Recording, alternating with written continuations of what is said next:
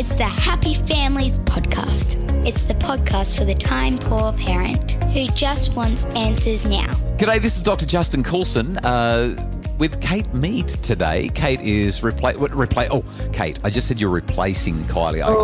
No. I apologize profusely. I wonder if I need to reboot this one. Kylie, I didn't mean replacing. I meant substituting. Kate's here for Kylie. Yeah, just filling in. Kylie's, if you missed yesterday and the day before, Kate is about to be employed by Jonesy and Amanda at WSFM in Sydney as a producer of their show.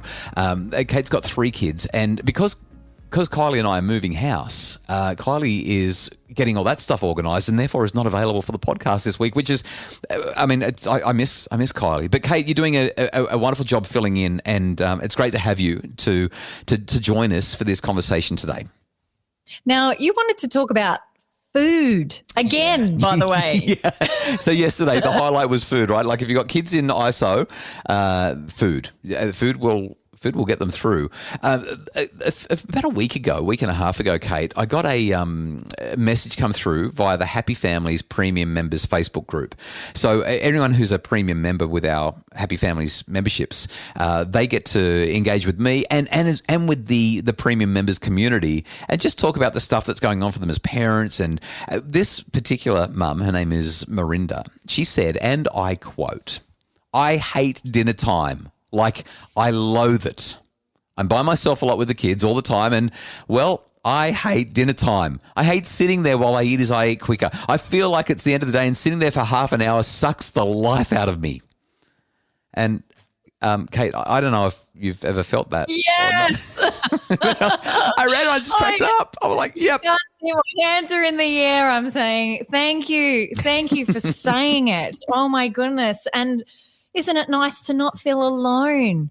Tea time can be hard work. Yeah, totally. And I was thinking about, now I know that I might be labouring the point excessively. I know that this might be unnecessary, but I was thinking about why it's so hard. Like, why would Mirinda have sent this message through? Why would she say dinner time sucks? And it didn't take me long. It took me about 4 seconds to come up with a list of about 10 things. And I reckon, well, I'd love to know if you would add to this list. So here's what I came up with. Number 1.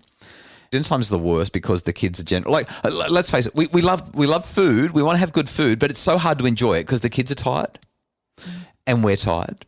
Oh. And sorry. Are we tired? And it's mostly impossible to find a meal that everyone's going to be satisfied to eat. And as an extension of that, the likelihood of finding that said perfect meal that everyone's going to eat is inversely proportionate to the number of people in the family. And if I can just add a little bit more to that, one of our kids, Kate, has just recently announced that she's vegetarian. Okay. And she can't articulate why. Okay. We have no idea why. Because it's not purely for health reasons, because she's still happy to scoff the junk food. Yeah.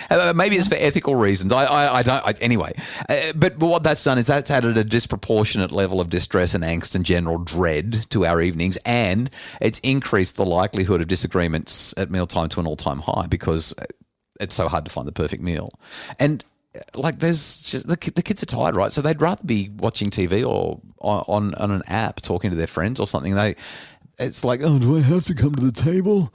And this is something that I probably shouldn't confess to on a Happy Families podcast, but sometimes at the end of the day, which is literally when mealtime is, obviously, I just want my space and Kylie wants her space. And this is especially like it's school holidays and we're with each other all the time, or there's lockdowns, or we're in isolation, or we're trying to juggle work while the kids are on holidays and we're supposed to entertain them and keep them going. And because it's 2022, we don't send them out to play in the street or the park anymore like our parents did in the good old days.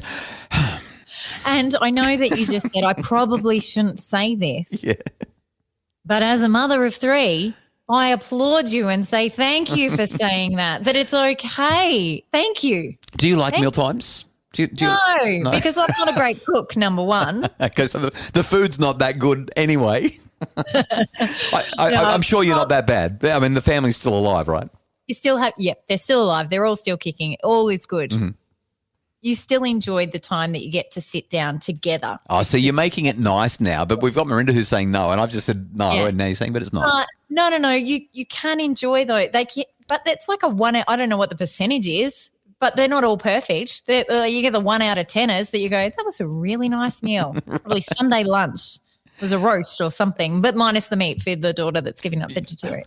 Well, we have a Sunday roast and every Sunday she's like, oh, why do we have a roast? I'm like, well, we have a Sunday roast. It's the tradition. And she's like, yeah, but I don't feel like you're thinking about me. I'm like, well, frankly, I'm not. I'm tired, and on a Sunday I don't have to think about dinner because it's a roast, and we just stick it in the oven. We don't have to think about it, and I don't have to add another. Because this is the thing, Kate. Every single day, you know what I mean? Without fail, every single day, 3 times, in fact, plus snacks. Yeah. I mean, breakfast's usually kind of okay-ish, right? There's some cereal in the cupboard. Make yourself some toast. Throw some eggs in the pan. Yeah. Breakfast is reasonably low maintenance unless you've got one of those children who make it otherwise. And lunch, I mean, it doesn't matter what you put in their lunchbox. They're bringing home a full lunchbox of food that you fought them over in the morning. Like, what are you going to have for lunch? I don't want anything for lunch. You need to take lunch. And so you finally figure out what to put in the lunchbox, and then they bring it home anyway. Yep, agreed. What am I doing? No, well, you nailed it. You nailed it straight away when you said the kids are tired, mum and dad is tired. You think about what they do from 3:30 or the moment that they get out of school. You might have been to basketball or to swimming or been 3 different places with 3 different activities, and then it's quickly like, here, eat, good, go, bed. Yeah, that's right. You've barely had a chance to catch your breath. Hey, after the break, I want to chat with you about the history of fussy eating. It's really fascinating, and we'll have a few. We'll share. Actually, maybe we shouldn't make this an advice. No. I'm going to share just one piece of advice that I think can help with the mealtime, dinner time dread. It's the Happy Families Podcast. Are screens creating tension at home? Tweens, Teens and Screens is a webinar to guide families to healthy, safe super screen solutions. Buy it today at happyfamilies.com.au/shop. It's the Happy Families Podcast, the podcast for the time-poor parent who just wants answers now with Justin and Kate. First of all, I just want to say to Mirinda, saw your message, and yes, you can do the fancy things like you can let the kids choose the music if you want to have music at dinner, or you can go outside and have a picnic and make it a special occasion. That gets kind of tiring. And you can get them involved with you in the kitchen, but that makes a big mess. And yes, that works sometimes, but we tried that. Kate, we'd bring the kids into the kitchen, Kylie and I, and say, hey, you help us cook the meal and then you can help us to eat the meal. And they would help us cook. They loved it. But then they'd look at the meal after it was cooked and say, yeah, but I still don't like it. I don't want it. Yeah. And we'd be like, no, but you cooked this. This is going to be amazing. You've got to try what you cooked. And they're like, yeah, no, don't want to eat it. So frustrating. I love the thinking behind it though. Like, well done. Yeah. Plus on that. Yeah. And we've actually found, I know that, gosh, I don't want to sound snarky. We actually do generally have really nice meal times. There's still some challenges. There's still some fussing with the meal times, but we generally have nice meal times. And we love to talk about best things today. What were you grateful for? What are you looking forward to? And we've got a range of different questions that we ask around that. What surprised you today? What did you do that was hard? What did you do that surprised yourself because you didn't think you could do it? Those kinds of things. So we really do enjoy our mealtime conversations. But frankly, sometimes, some nights, we're just like, eat your dinner and brush your teeth, go to the toilet and go to bed. We want to adult for a little while. And I will say this again, hand on heart. Thank you for saying that. Right. Because, yes, like I said, we can still have those wonderful moments at tea time. We can still have those wonderful meals. But no, 10 out of 10, it's not going to happen that they're all going to run smoothly and all perfect, because that's not how real world is going to work. So, question without notice, Kate. Mm-hmm. You've got 3 teenagers, or a 12-year-old and 2 teenagers. If there was one mealtime tip that you could share that would make mealtime less sucky for Mirinda or anyone who's listening to this and going, oh my goodness, yes, this is I'm over dinner time. What would I've got one, but I'd love to know, what would yours be? Well, can I actually share one that I read on Facebook as one of the comments on this post? I had a really quick look at this and I thought, now that is something I could try. They flipped around what you were eating in terms of, instead of having that big meal at tea time, they would present that was lunch. And then at tea time, they would have what you would have for lunch. So it might be the sandwich or something that's easy and quick and not too much fuss, but still you would sit down and have it. And someone had recommended it just to try it. Try having your dinner meal at lunchtime and at dinner time have your lunch. I don't know how it would work in real time, but at some point you'd nearly try anything, right? Right. Yeah. Some people are going, not practical. But for some people that might work really well, because if you're at home and you've got the flexibility to do it, especially with COVID chaos, that could work really nicely. I'm going to throw out something different. I'm going to suggest a yo-yo night. So now, what is a yo-yo night? Because I'm thinking yo-yos with the extra icing in the centre. No, oh yeah, right, okay, of course, because Victoria. When you said yo-yos, I was thinking that you were thinking that the thing on the string that you. No, I'm still thinking food. Yo-yo with the icing in the centre. Not where I'm going. So a yo-yo night stands for you're on your own.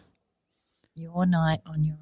Yeah, you're just you're on your own. You're on your own, yo-yo night. And what we do usually, I reckon about once a week in our family, is we just say to the kids, we don't feel like doing dinner tonight, so you figure it out. Yeah. We're getting takeaway. We're hanging out in our room. We'll come out at about 8 o'clock, 8:30, put you all to bed, make sure everyone's happy.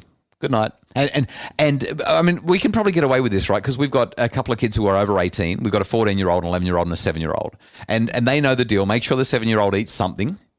And we don't a couple of them, sometimes on yo-yo nights, they say, all right, we're going down to the local fast food restaurant. They'll just go and buy their own. And I don't pay for it because I'm not going to buy that junk for them. But if they want it on a yo-yo night, I don't have to think about it. But most of the time, we'll say, here's what's in the fridge. Or we'll even pull it out. We'll put it all on the kitchen bench and we'll say, take your pick, figure it out. There's salad, there's some meat, there's this, there's that, there's some leftover lasagna.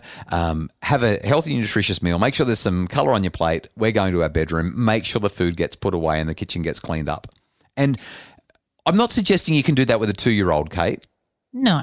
Yeah, obviously. Yeah. But once the kids get to, I don't know, I'm going to say about 8, they actually can. You'll need to do more setup for the 8-year-old than you will for an 18-year-old, obviously. We do very, very little, if anything, now because our kids are old enough. But the yo-yo night just means we don't have to think about it, or we have to do minimal thinking. And it might mean you put out a platter and say, help yourself and I'll clean it up in an hour and a half. And it works. Now, Justin, you make some incredible resources. I'm just suggesting that you have a big poster made that we can print off that says yo-yo night coming this, and then you fill it in Thursday. Yo-yo night coming this, and then mum and dad just write it on and it's on the fridge and we all know that yo-yo night's coming up this Tuesday night. I reckon. I'm up for that. I reckon if we made that, there would be some families who would be like, tonight. They'd write the word tonight and they would never erase it. They just stick it on the fridge, say every night. Every night. Maybe you have to put T's and C's on the bottom of it. Yeah, that's right. Yo-yo night, not to be deployed more than once per week. Kate, really, really enjoyable having a chat with you about this. Tomorrow, we're going to be sharing the top 5 things that we've said to our kids these holidays. Give us a teaser. What's one of yours? How hard is it to put the towels in the basket? That's every day in my house. It's not a holiday thing. That's every day. I know. Well, we'll talk more about that tomorrow on the Happy Families podcast. The Happy Families podcast is produced by Justin Rulon from Bridge Media. Craig Bruce is our executive producer. If you've got any questions, we love answering them on the podcast. The email address is podcasts@happyfamilies.com.au. Also, tomorrow night, every month, we do a Happy Families premium members Q&A.